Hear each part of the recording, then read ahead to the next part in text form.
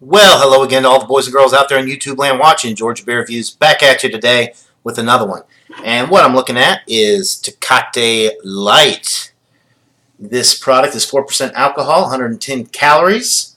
It says on the label, hecho in Mexico since 1944, which means made in Mexico since 1944. Well, this particular beer, the Tecate Light, wasn't actually introduced until 1992. It is brewed in Mexico, and it is a Heineken International brand. I've had it before. It's been a while since I've had it. It does say twist, so I'm going to attempt to twist this off. There we go.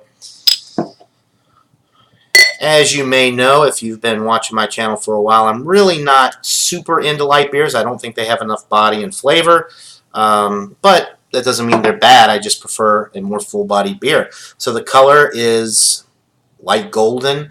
Poured with about a finger head, which is very fizzy. I don't know if you guys can hear that. And it's pretty much dissipating down. Well, it pretty much has dissipated. There's some nice streaming bubbles going up the glass. A lot of streaming bubbles going up the glass there, so it's very active, very carbonated. The aroma, you're getting some light barley malt.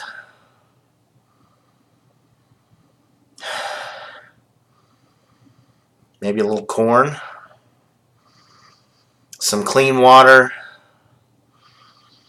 no hop presence on the aroma. It smells like a pretty light beer, barley malt, bready, forward, no hop presence with maybe a little bit of a corn or a maize aroma. So let's go ahead and get into it and see what we've got here. Cheers, guys.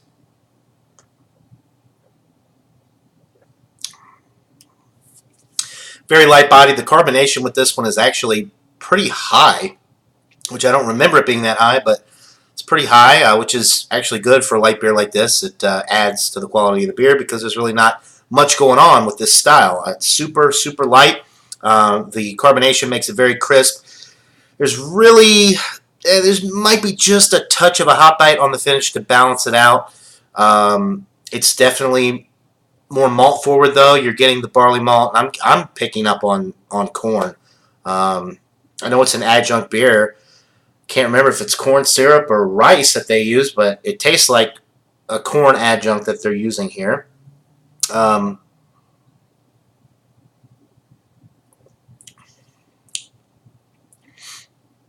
It's pretty enjoyable. It's definitely lighter than I would go for typically, but it is enjoyable. 4% alcohol, very low. You could session these things all day if you wanted to. But,